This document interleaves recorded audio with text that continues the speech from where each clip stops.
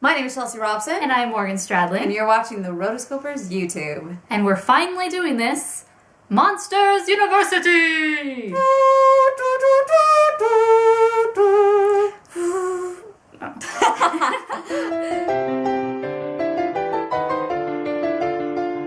So Monsters University is basically the story of Mike Wazowski. In Monsters, Inc., we get to know a lot more about Sully. And we find out a lot about a little bit more about their partnership. But we don't know how it all started. Where did it come from? And so that's what Monsters University is how they met. Turns out they met in college at the illustrious, the famous Monsters University, which is the top school for scaring. You know, in the human world, we go to school for biology or engineering or business. But their top thing, to be a superstar, a rock star in the monster world, you have to be a scarer. And the best scarers go to Monsters Incorporated. So this tells about Mike's dreams ever since he was a wee little monster. A very, very cute one at that. So cute. His eyeball is so big that it's his whole head. It is. You know, he hasn't grown into his eye. It's just hey. It's so cute. And it's in Shrek where they have Puss in Boots and he pulls out the whole cute cat face that everyone's like, "Aww." That's Mike Wazowski, Yeah. but he only needs one eye to do it. Yeah, he's that good, right? That's good. So ever since he was little, he wanted to be a scarer, and so he trains and works really hard, and he finally makes it into Monsters U. You know, and a lot of people start putting him down. They start telling him he's not good enough, he's not scary. Even though he's really smart and really studious and he can memorize his butt off, he's still not good enough, and that's a problem because he needs this to accomplish his dream. Mm-hmm. Throughout this universe, you're also going to meet a lot more new and different monsters. Just like any college, you're going to have lots of sororities, you're going to have lots of fraternities, and so they all get together, and you kind of have your favorites here and there. At first, kind of like how Morgan and I were never friends. You know, Mike and Sully weren't ever friends at the very beginning, but then they realized that they needed to be friends, and so they were. Yeah, they realize they need each other, and so they're kind of obligatory friends, and then they really do become friends, and we kind of find out how that happens and how they become best buds, here on out through Monsters Incorporated. One thing I really liked about the characters is that they didn't just rehash and reuse other characters from the first movie. Yeah. You know, we're introduced to a whole lineup of new characters and new monsters, and we learn to love them. You know, there are a few people who make cameos, like the Yeti and Randall, but we don't focus about them. It's not about them, it's about this new group called Uzma Kappa, which is sort of this outcast, nerdy, lame fraternity. They're not really that lame. They're cool to us, but to all the cool fraternities, they're kind of weirdos. But they are hilarious. You know, there's Scotty Squibbles, and he's just this, has all these eyes, and he's just kind of this chunky monster. And then there's this one guy named Don, and he's going back to college, and he's 40s, and he used to be in sales. Just sales. Then there's Art, and he's sort of this hippie, has this questionable background. We're not quite sure where he came from. There's the famous line, "I don't want to go back to jail." So that, in a nutshell, explains him. And then don't forget Scotty's mom, who's really funny. The frat house happens to be at her house, so she makes appearances here and there. And she's the supportive mom.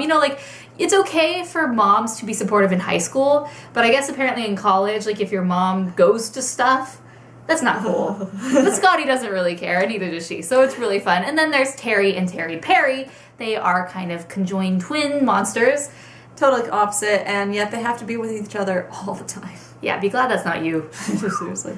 So I really like these monsters. They really added new depth to it. We don't see them in Monsters, Inc., and that's okay. It kind of leaves it open-ended. You can write your own story on fanfiction.net to find out what happens to them next.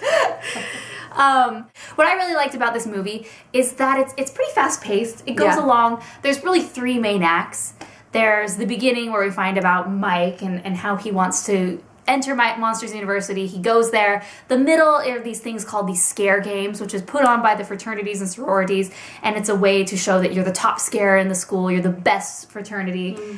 So the middle chunk is the scare games, and then I just want to label the third act as the end, how it all wraps up, because I don't want to spoil that. Yes. So that one's really good, and the end just keeps going and going and going. Really is probably the best part of the film.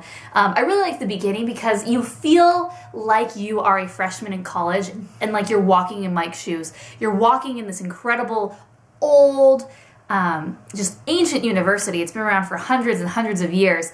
And you're just walking in his footsteps. You're looking and you're seeing all the new freshmen, all the upperclassmen, and you're enjoying the architecture. Like, it's really cool. It feels like your first day of college, like this big moment we've all been waiting for. And yeah. The music was done by Randy Newman, and I have to say, I loved most of his other stuff, but this one, it was just a little too stiff. I mean, that was really what got me the most. I didn't like the fact that there wasn't like that song, like in Toy Story, how you have, "You got a friend in me," and you also have the, "And I will go sailing no more." I'm sorry. What'd you do?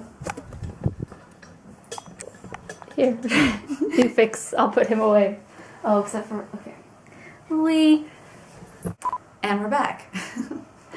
Like I said, Randy Newman has some great songs, and most of the songs are like the heart of the movie. And I didn't feel like there just really wasn't that much heart in the music, and I felt like that kind of was a damper on the film in general. That's my take on the whole thing. As for the score, I thought the score was really good. Randy Newman, he made sure not to make it seem like it was just a ripoff of the Monsters, Inc. soundtrack. Mm-hmm. It's completely different. There's a lot of, marching band elements, and you feel sort of this college vibe in it. Really good. I remember there's particularly a good part during the one of the scare games when they're in the library. It's really good, and it kind of feels like an old cartoon the way he does it, and I like that. So that part of the music was good, but honestly, on my first watching, I didn't pay that much attention to the music because I was so involved in the story. Maybe upon watching again or listening to the soundtrack, I might have a different opinion. Yeah. I'm the music person, though, so it hurt I wanted it. I really did.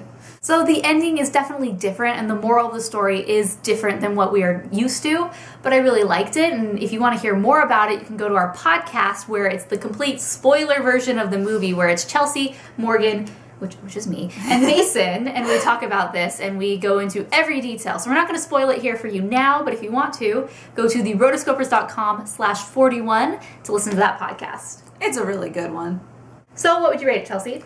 On the podcast, I gave it 3.5 stars. The ending, I really liked. I really liked how they just tied everything up. It had a lot of really good principles that I really was all for, and just in general, the story felt good. I was happy in the end, but it really took a beating with the fact that the music just wasn't where it needed to be. I'm sorry, Randy. Music is a big deal for Chelsea.